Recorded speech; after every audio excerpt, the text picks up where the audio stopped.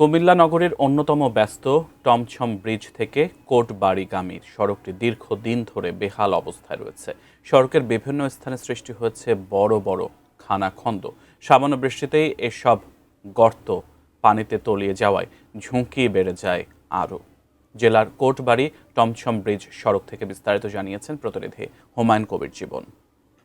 Kotbari Tomsom bridge সড়কের বেহাল অবস্থা। দীর্ঘদিন ধরে কিন্তু এই সড়কটি আসলে খানাখন্দে থাকার কারণে কিন্তু চরম দুর্ভোগ পোয়াচ্ছেন এখানকার যারা সাধারণ মানুষ আছেন। বিশেষ করে এখানে হাজারো যানবাহন এবং যারা হাজার হাজার মানুষ এই রোড দিয়ে চলাচল করেন তারা কিন্তু প্রতিদিন এই দুর্ভোগ পোয়াচ্ছেন এবং তারা অভিযোগ করে বলছেন যে আসলে এই সড়কটির বিভিন্ন জায়গায় কিন্তু বড় বড় গর্ত রয়েছে এবং পানি থাকার কারণে তারা চরম দুর্ভোগ পোয়াচ্ছেন, সেই সাথে বিভিন্ন দুর্ঘটনায় তারা শিকার হচ্ছেন। বিশেষ করে যারা পরিবহন চালক তারা কিন্তু অনেকটা ক্ষোভ প্রকাশ করেছেন। অনেক সময় অনেক তাদের গাড়ি নষ্ট হয়ে যাচ্ছে এমন গর্ত থাকার কারণে। আমার পিছনে অনেক বড় একটি গর্ত দেখা যাচ্ছে।